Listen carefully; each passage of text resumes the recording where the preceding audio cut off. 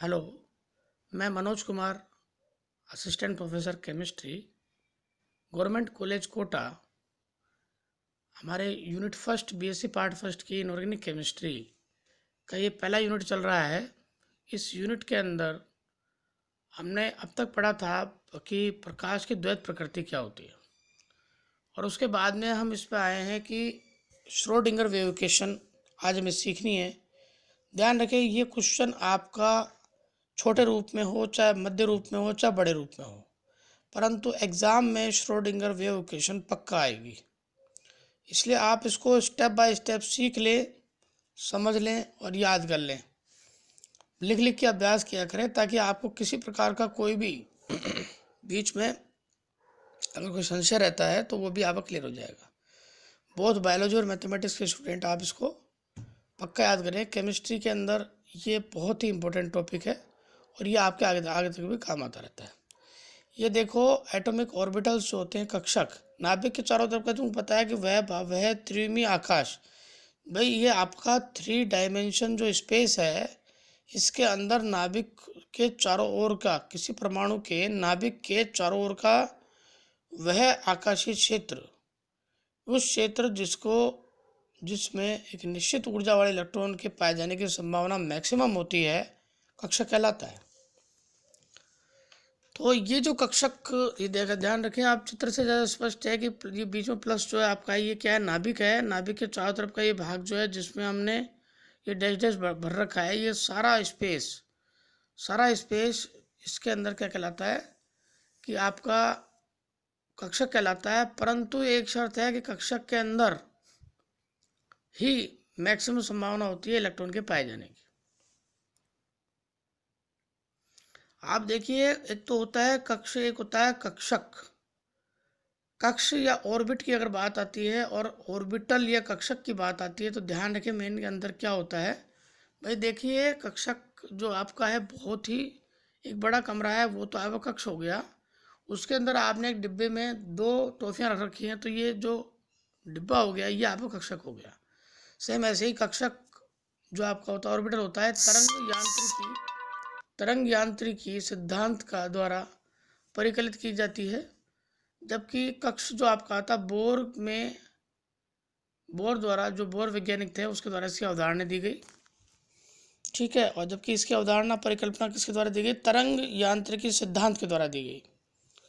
दूसरा आता है इलेक्ट्रॉन घूमने हेतु द्विविमीय पथ होता है कक्षक, वो कक्ष, अर्थात द्विविमीय, अर्थात या तो सीधा जा सकता है या ऊंचा जा सकता है, किसी भी दिशा में नहीं जा सकता। जबकि ये त्रिविमीय पथ होता है, इधर देखिए, जबकि ये त्रिविमीय पथ होता है और इलेक्ट्रॉन के पाए जाने की संभावना मैक्सिमम होती है। और कितने इलेक्ट्रॉन पाए जा सकते हैं, मैक्सिमम 2 इलेक्ट्रॉन। जबकि ऑर्बिटल के अंदर अधिकतम 2 इलेक्ट्रॉन आपके पाए जा सकते हैं। कक्ष में जो होती है संभावना इतनी मैक्सिमम नहीं होती है, और कक्ष में आपके जरूर नहीं है ऑर्बिटल में इलेक्ट्रॉन पाए जाएं। वापस समझिए इस बात को कि पहले अवधारणा जिसने बोर ने दी, यहाँ ऑर्बिटल के लिए तरंग यांत्रिक सिद्धांत द्वारा दी गई। इलेक्ट्रॉन घूमने तो द्विमीय पथ होता है, जबकि इसमें त्रिविमीय पथ होता है, ठीक है। इलेक्ट्रॉन पाए जाने की संभावना क्या है, अधिकतम न होके क्या अधिक होती है, जबकि ऑर्बिटल में मैक्सिमम होती है। इलेक्ट्रॉन निश्चित पथों में चक्कर लगाते हैं, और ये निश्चित पथों में चक्कर किस में लगाते हैं, ये कक्षक में लगाते हैं। जबकि चौथा क्या है इसका आंसर, दोनों के अंदर अंतर क्या रहेगा, इलेक्ट्रॉन की जो संख्या है 2 या 2 से अधिक पाई जा सकती है, 2n²। The probability of finding electron is 2n²। n यहाँ पे क्या है बेटा, n यहाँ पर है मान आपके 1 2 3 4 ऐसे, ठीक है। 0 मान नहीं होगा n का, ठीक है। जितने भी उसके अंदर आवर्त होते हैं उस हिसाब से इसके नाम मान होते हैं। और ये आता है आपका 2 इलेक्ट्रॉन जो होता है मैक्सिमम पाए जाते हैं ऑर्बिटल के अंदर। ध्यान रखें, बोर ने क्या बताया कि अकॉर्डिंग टू इलेक्ट्रॉन बोर के अकॉर्डिंग ये जो इलेक्ट्रॉन होते हैं निश्चित पथों में चक्कर लगाते हैं, और जो हाइजेनबर्ग के अनिश्चितता सिद्धांत के अनुसार कक्षक की अवधारणा वो पाई जाती है। Schrodinger wave equation. अब श्रोडिंगर वेव इक्वेशन जो आपके आती है, इसको वेव मैकेनिक्स ऑफ भी कहते हैं, एटम की, हाइड्रोजन एटम की वेव मैकेनिक्स की बात अगर आती है तो भी क्या कहेंगे आप उसको, श्रोडिंगर वेव इक्वेशन या श्रोडिंगर तरंग समीकरण। डी ब्रोगली की द्रव्य तरंगों पर श्रोडिंगर ने परिशुद्ध गणितीय गणनाएं लागू करके, देखिए डी ब्रोगली की द्रव्य तरंगों पर क्या किया श्रोडिंगर ने, क्या किया श्रोडिंगर ने परिशुद्ध गणितीय गणनाएं लागू करके परमाणु में इलेक्ट्रॉन के पाए जाने की प्रायिकता का परिकलन किया और बताया कि इलेक्ट्रॉन स्टैंडिंग वेव्स या अप्रगामी तरंगों के रूप में विद्यमान रहता है। भाई जैसे तनी हुई डोरी ऊपर होती है तो वो क्या अप्रगामी तरंगें होती है। समीकरण की व्युत्पत्ति होती है कि सूक्ष्म कण या इलेक्ट्रॉन की कुल ऊर्जा कितनी होती है, ध्यान रखो, kinetic energy plus potential energy, ठीक है। भाई उसकी गति ऊर्जा स्थितिज ऊर्जा ये दो तो होती है, E बराबर के प्लस पी। और जब के प्लस पी बराबर होता है तो half M V square plus minus में क्या होगा K Z E square upon R. यहाँ देखिए ये जेड परमाणु क्रमांक हो गया, ये जो आपका वी हो गया, ये वी क्या आपका गतिज है, गतिज या वेग जिसकी बात करते हैं। अब यह आप इस समीकरण को देखिए, अब इस समीकरण में डी ब्रोगली के तरंग या द्रव्य तरंगों पर गणितीय गणनाएं लागू करने पर क्या होगा, ये हाफ एम वी स्क्वायर था बराबर, केवल हाफ एम वी स्क्वायर के ऊपर इसने लागू किया। इधर देखिए वहाँ तक तो ये समीकरण ठीक है, टोटल एनर्जी आप जानते हो किसी भी की पोटेंशियल एनर्जी प्लस आपकी काइनेटिक एनर्जी होती है। अब देखो हाफ एम वी स्क्वायर को क्या लिखा है इसने, हाफ एम वी बराबर क्या होता है पी, तो पी बराबर संवेग, और ये बराबर होता है एच अपॉन लैम्डा। अब एच अपॉन लैम्डा वाली बात आ गई, मान पुटअप कर दिया हमने, मान पुटअप करने पर क्या होता है हाफ ये आपका एम वी, तो इस एम वी का मान पुटअप कर दिया एच अपॉन लैम्डा, ठीक है। ये देखिए आप एच अपॉन लैम्डा के बाद में क्या H square lambda square M, और half M V square upon M भी कह सकते हैं इसको, क्यों, अगर ऊपर और नीचे, अगर मान लो एम से ये एम से अगर गुणा कर दिया जाए तो क्या होगा, ठीक है, ऊपर भी एम आ जाएगा नीचे भी एम आ जाएगा, एम स्क्वायर हो जाएगा। हाँ, और उसको हम वापस क्या कर सकते हैं, half M V square upon M.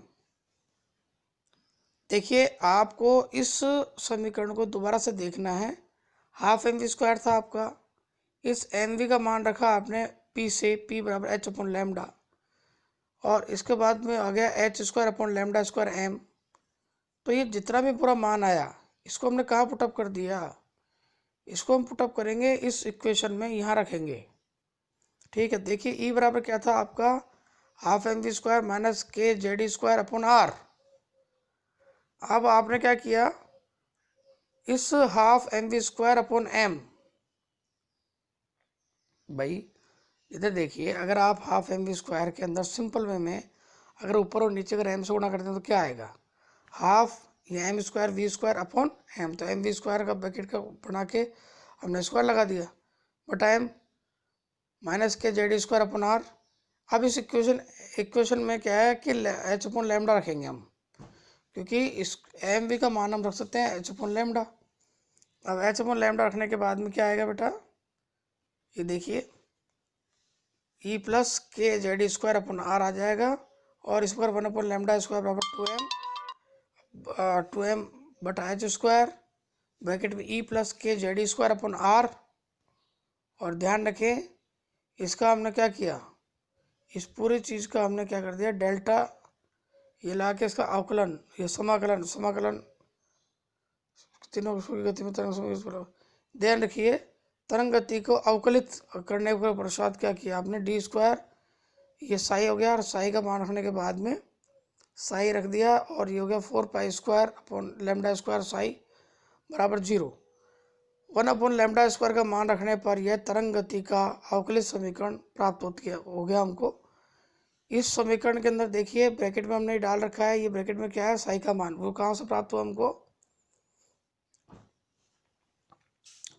ये पूरा 4 pi square Sai 2m upon h², ये पूरा ये किसके मान है, इस 1/λ² का मान रखने पर है बेटा। ये इससे 1/λ² निकाल दिया हमने और इस 1/λ² के मान को कहाँ रख दिया, इक्वेशन, इससे जस्ट पहले वाले इक्वेशन में रख दिया, जहाँ 1/λ² बराबर 2m बचा h², ये सिर्फ है ना, यहाँ डाल दिया बेटा। पूरी चीज़ में क्या होगा, ये ध्यान रखो, हमारा यह साइन ये प्राप्त हो जाता है इससे XYZ। एक की अगर हम बात करते हैं तो क्या होता है, d² साई बटा dx², ये तो x अक्ष की दिशा में है। हाँ, 8 pi square m upon h² bracket में e प्लस के z² अपॉन r ब्रैकेट बंद साई बराबर 0। इसके अंदर ये तो x के अंदर, तो अगर तीनों के अंदर लेंगे तो क्या होगा, यदि तीनों अक्षों में इलेक्ट्रॉन की गति मानी जाती है, त्रिविमीय गति होती है, तो तरंग समीकरण निम्न प्रकार से ये बताया जा सकता है, जिसके अंदर ये कंप्लीट समीकरण तैयार हो जाती है। अब देखिए, अब आते हैं दूसरी बात, स्थितिज ऊर्जा क्या थी अपनी, स्थितिज ऊर्जा थी अपनी इसमें -kZ² अपॉन r, ये v का मान रखा हुआ था, ठीक है। यहाँ पे देखो E plus kZ² upon r, तो यहाँ हम ये स्थितिज ऊर्जा भी रख सकते हैं।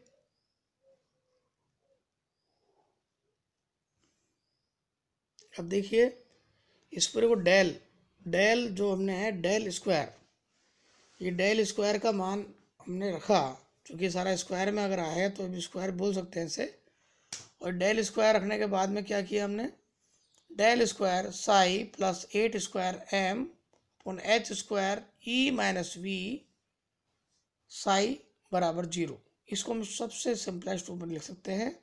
और ये जो पहली दूसरी तीसरी समीकरण जो आपने ऊपर दिखा रखी है, ये तीसरे समीकरण में हमने कैसे आया बेटा, इसके अंदर सिंपल हमने क्या किया है, इस पूरे समीकरण में हमने केवल मान पुटअप किए। मान पुटअप करने के बाद हमारी पूरी चीज़ ऐसे कैसे आ गया, इसमें ये साइन का मान, फिर उसके बाद में ये देखिए ये आपका था del square upon dx² Sai. तो ये पहले तो क्या है, एक दिशा में, फिर दो दिशा में, फिर तीन दिशा में। तो कहना मतलब ये है कि ये इसका क्या है, ये इसका पूरी कंप्लीट श्रोडिंगर वेव इक्वेशन प्राप्त हो जाती है। ये डिफरेंशियल इक्वेशन इसकी है पहली और दूसरी, है ना, डिफरेंशियल इक्वेशन पहली और दूसरी है। और इधर देखिए आप, ये पहली दूसरी तीसरी जो इक्वेशन आएगी आपकी पूरी, इसको लिख लीजिए। ये पूरी तीनों इक्वेशन इसे क्या करें, श्रोडिंगर वेव इक्वेशन कहलाती है, जबकि साई अब आइगन फंक्शन कहलाता है, ठीक है। कई बार पूछा जा सकता है आपका कि आइगन फंक्शन और आइगन वैल्यू, तो देखिए वैल्यू की अगर बात आते हैं तो हमेशा ई जो आपका आता है कैपिटल ई, ये आइगन वैल्यू को रिप्रेजेंट करता है, जबकि साई जो आपका आता है वो आइगन फंक्शन को रिप्रेजेंट करता है। देखिए हम इसको खोलते हैं तो ई बराबर क्या है, के ई प्लस पी ई करके हमें तुलना कर सकते हैं। और एच, इस पूरे को अगर कुछ भी लिखे और डायरेक्ट हमने अगर एच लिख दें, एच के हैमिल्टोनियन इक्वेशन ऑपरेटर आ जाता है वो, तो एच के मान भी पुटअप कर सकते हैं। देखिए ये बारीकी जो आपको लिखना है ये स्वयं को ही करना है, ये बहुत इजी प्रोसेस है, कोई बड़ी बात नहीं है, एक एक स्टेप को समझाना उचित नहीं है। हैमिल्टोनियन है ना, हैमिल्टोनियन हो गया, आइगन फंक्शन हो गया, आइगन वैल्यू हो गया, इन तीनों को मिलाने के बाद देखिए ये एच साई बराबर ई साई, ये वापस साई आ गया। अब इसको क्या किया हमने, ई की वैल्यू रखी है या एच की वैल्यू रखी है, ये आपको देख लेना है। तो लेकिन मेन बात क्या है कि बहुत ही सूक्ष्म जो कण होते हैं, रंग होते हैं आपके, छोटे कण जो होते हैं आपके, हाइड्रोजन हो गया, हीलियम प्लस हो गया, लिथियम प्लस टू प्लस हो गया, इन सभी के तरंगों पर ये लागू होता है। और ये आपकी जो बढ़ाई है कि ये कार्टेशियन कोऑर्डिनेशन ऑफ कार्टेशियन जो कोऑर्डिनेशन आपके कोऑर्डिनेट्स, है ना। श्रोडिंगर के क्वेश्चन में वो क्वेश्चन फर्स्ट एंड सेकंड का हल है ना, कठिन होता है। आता है तरंग समीकरण को पोलर कोऑर्डिनेशन आर थीटा और ये आपका आता है साई, इसमें परिवर्तित करने पर ये तीनों इलेक्ट्रॉन की स्थिति बताने वाले पोजिशन वेरिएबल्स हैं जिन्हें कार्टेशियन कोऑर्डिनेशन बोलते हैं, कोऑर्डिनेट्स बोलते हैं। और इस प्रकार से ये रिलेटिवली आप इसका मान पुटअप करके इसका हल नाम निकाल सकते हैं। ये मैंने पूरा हल करके दिखा रखा है। किसी भी स्टेप में कोई दिक्कत नहीं आएगी, आपको पूरी ध्यान रखा गया है। और ये देखिए, हमेशा श्रोडिंगर समीकरण के वे ही हल स्वीकार किए जाते हैं जो निम्न शर्तों को पालना करें। Sai must be single valued at particular time, it has defined value.